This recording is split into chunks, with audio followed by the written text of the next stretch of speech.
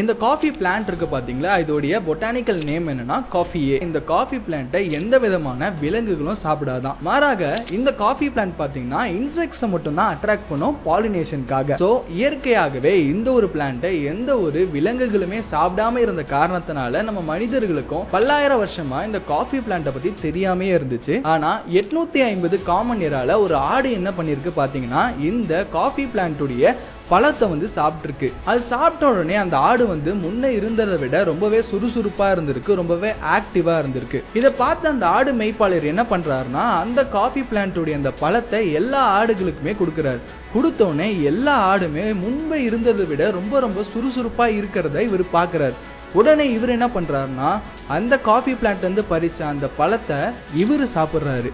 இதுதான் முதல் ஒரு மனிதன் வந்து ஒரு காஃபி பிளான்ட்ல இருக்க பழத்தை சாப்பிட்டது. இதை பத்தி நிறைய விஷயங்களை தெரிஞ்சுக்க ரிலேட்டட் வீடியோ கிளிக் பண்ணி ஃபுல் வீடியோ பாருங்க.